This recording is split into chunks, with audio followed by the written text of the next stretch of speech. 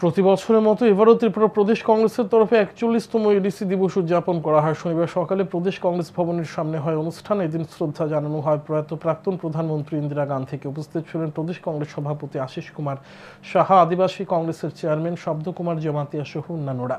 প্রদেশ কংগ্রেস সভাপতি এদিন বলেন, রাজ্যে আদিবাসীদের উন্নয়নে একমাত্র কংগ্রেস দলই কাজ করে গেছে। বর্তমান এডিসি প্রশাসন ও অন্যান্য রাজনৈতিক দল কেউই উপজাতিদের উন্নয়নে কোনো সময় কিছু করেনি বলে অভিযোগ করেন। আদিবাসী অধিকার নিয়ে ছিনিমিনি খেলা বিজেপির পরম্পরা। দিল্লি থেকে ফিরে জনজাতি কল্যাণ মন্ত্রী বিকাশ দেববর্মার বক্তব্যের তীব্র নিন্দা করেন আশিস বাবু। তিনি বলেন, মন্ত্রী বিকাশ বাবুর বক্তব্যে বোঝা যাচ্ছে কেন্দ্রীয় স্বরাষ্ট্রমন্ত্রীর সঙ্গে বৈঠকে আরেকটি নির্বাচনী বৈতরণী পার হওয়ার জন্য আদিবাসীদের ইস্যু করার চেষ্টা চলছে।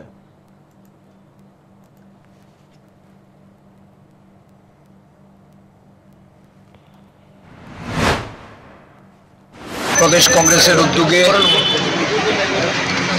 ঐতিহাসিক এডিসি দিবস পালন করা হচ্ছে।